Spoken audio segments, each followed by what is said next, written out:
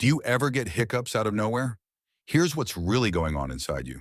Hiccups happen when your diaphragm, the muscle below your lungs, suddenly contracts.